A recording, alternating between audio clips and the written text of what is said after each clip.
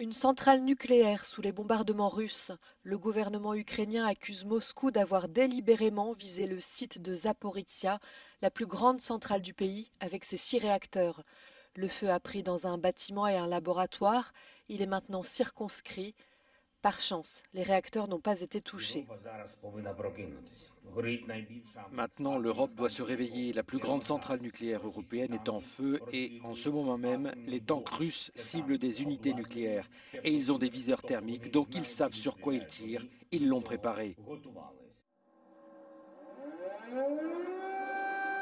À Kiev et dans d'autres villes, les sirènes ont encore retenti dans la nuit pour prévenir la population des raids aériens.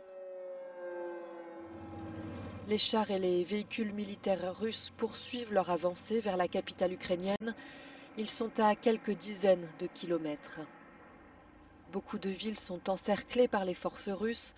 Plusieurs responsables occidentaux craignent des sièges de longue durée avec des conséquences dramatiques pour les habitants.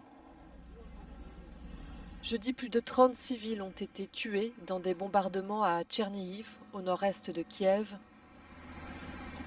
Les avions ont visé des habitations et 2 écoles, selon le gouverneur local, ainsi qu'un réservoir d'essence. À Kiev, les pompiers sont aussi très mobilisés. Ils luttent contre de nombreux incendies, des bâtiments, des entrepôts. Les gouvernements russes et ukrainiens ont convenu hier l'organisation de couloirs humanitaires pour permettre aux civils de fuir les combats. Dans les villes passées sous contrôle russe, comme Kherson au sud du pays sur la mer Noire, les problèmes de ravitaillement commencent. Les queues s'allongent pour pouvoir manger et acheter du pain. Les pays de l'OTAN renforcent leur présence dans les pays limitrophes à l'Ukraine. Des troupes américaines arrivent en Pologne. En Roumanie, la France a également envoyé des militaires. Ils devraient être 550 dans quelques jours près de la mer Noire.